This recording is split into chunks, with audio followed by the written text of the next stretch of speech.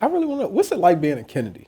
I was joking before you came in here. I was like, do you ever look in the mirror in the morning and be like, man, I look like JFK?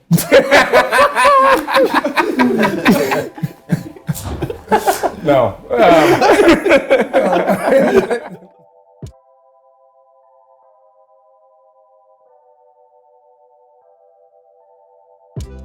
Hey, I'm Troy. This is Darius, and that's Danny.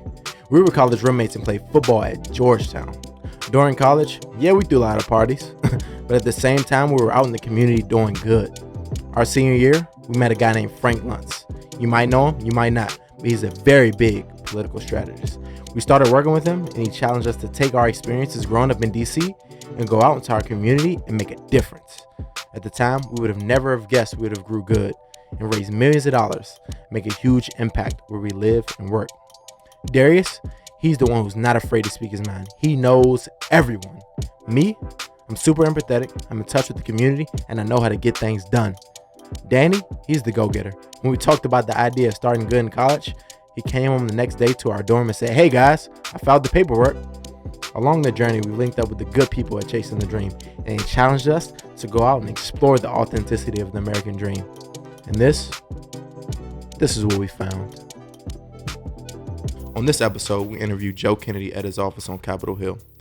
He's from one of the most privileged families in America, but as a progressive U.S. congressman, he fights for those who don't have wealth. We had the opportunity to get to know Joe early on in our career before we started good, as we were fighting to sustain AmeriCorps funding support from congressional leaders to maintain programs just like ours throughout America. Joe has been a champion for change in America, and here's why. My concern is that we can do this project, like all well and good. We can go out, we can travel the country, we can do all this stuff. We've been doing that. But like, the way I see it right now, just in the conversations that I've been having as we prepare for this, is people don't even think the American dream exists anymore. So I just want us to preface with that. Like, as we're going out here, poverty is expanding in this country. The wealth gap is wider than it's ever been. Like, so when we're going out here, and we can't make the assumption that people believe the American dream exists. Facts. And then also, probably hitting on what the American dream is like for foreigners that are coming over here. Ooh. When we think about all that's going on in this country with immigration reform and the wall and, all these nuances, addressing that as well is probably important. Yeah, it's like that's the thing that encouraged people to come over here in the first place. America has the land opportunity, free space where you can come and do and be anything. Come over here with 10 nickels in your pocket and grow a company, have enough money to buy that house in the suburbs and have a white picket fence and a dog, And it's funny because, we are a country of immigrants, but even the richest of rich people will be like, my family came over a century ago with some pennies, or some looking for some land, and they made that opportunity happen. So that's fact. And what is the American dream for the Kennedys? What does that look like? Is being a Kennedy the American dream? Yeah. Do you think it is? Like, looking at the family, it's like they do this, they do that. President, senator, mayor, they're running this organization. It's like, do the Kennedys even think that the American dream still exists? I do think the American dream still exists. I think the danger that we have as a nation, as a society, is that it's getting harder and harder for an awful lot of people to achieve it and to believe it. My family is still very proud and holds their own story very dear. It's an immigrant story, and it's a story of family, a young family, a young guy that left Ireland in the midst of a potato famine. There's an awful lot of focus on kind of like Kennedy part and not so much of the focus on the family part. Like, it's a family, right? And it's a family just like any other family. You get your successes, you got your challenges, like you get in arguments, you get in disagreements, you have like, it's just, you have these great times and you have these challenges. When I was growing up, my dad was in public office, my uncle was a prominent senator, great uncle was a prominent senator. John Jr. was still around, and we would walk down not far from where that lower picture is and be playing, just throwing a football around. And there'd be a whole bunch of people with telephoto lenses trying to take a picture of him, right? And so you just like, you get used to that. That was on him, that wasn't about me at all, it was about him. What does a disagreement look like in the Kennedy household? Are you guys disagreeing over like the philosophical nature of. We can disagree over a lot of things, it turns out. I would assume you're not arguing over whose house we're having Thanksgiving dinner over. No, but I'm sure at some point, that one has been well settled. My grandmother still has us over for Thanksgiving dinner, and there's like 60 or 70 people over there. So, wow. You know a little bit about our work, right? Yeah. And the things that we do, and you know that the three of us come from the communities that we help, right? And so we're talking about our families. My parents had me at 15, and that's one of the reasons why I do what I do, right? And Darius and Troy, same scenario. Troy's parents were in the streets. Darius' dad was shot when he was younger, and so for us, we're the exceptions to the rule, right? And that's why we do what we do. Many of the kids we work with are already in the system, right? And we know to deal with, prison reform. We know the results when you have that check, on your application. And for many of the kids we work with, it's like, I'm 14, 15. I've gotten locked up for serious charges. Now I'm home. Now I'm on probation. Now I have to do all these things. And now it's like, what is my future going to be like? Mm-hmm. There's an overwhelming number of people involved in these systems and these pipelines, even post-incarceration and parole, that are coming from similar communities.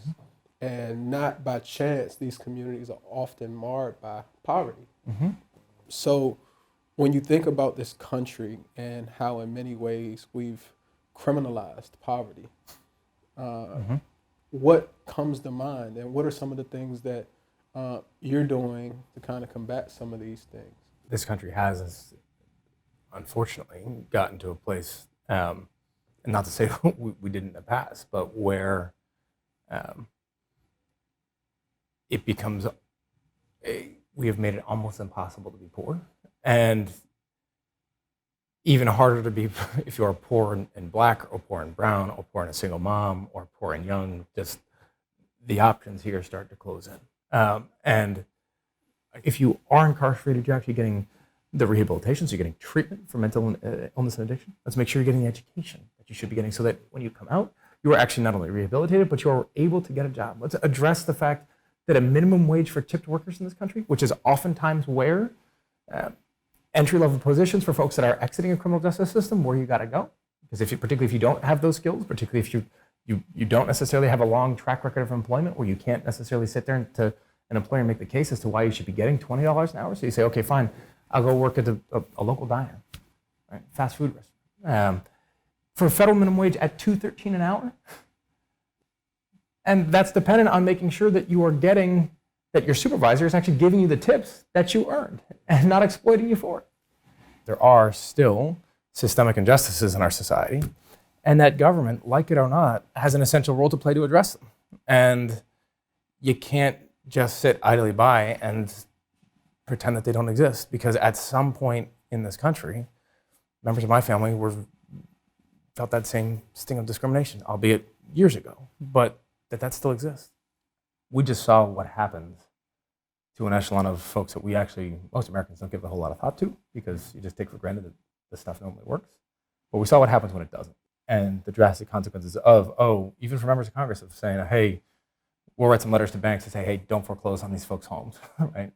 And don't dock their credit scores. Because, if they can't do this, oh my gosh, this is going to be what that lasting impact's going to be. Let's make sure they didn't do anything wrong. Let's make sure they're okay.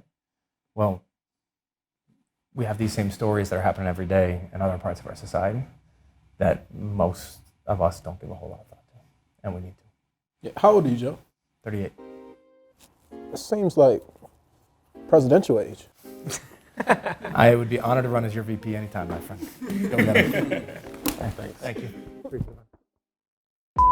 It's a big Thanksgiving Is dinner. there a big 70-person table? No, people end up like you in every corner, and you're just like, they bring in. People eat in the bathroom. It's you just like find some place to sit down and eat. What is interesting about that is somebody will bring a friend, and they're like, thrown into like this big family, whatever else, and the friends are always polite. They don't quite know what to do, and so they're very deferential, and they eat at the back of the line. You're like, dude, you don't get it. If you don't like put yourself at the front, there might not be food for you at the back, right? Like you gotta like that dinner bell, right? When they say, okay, like food.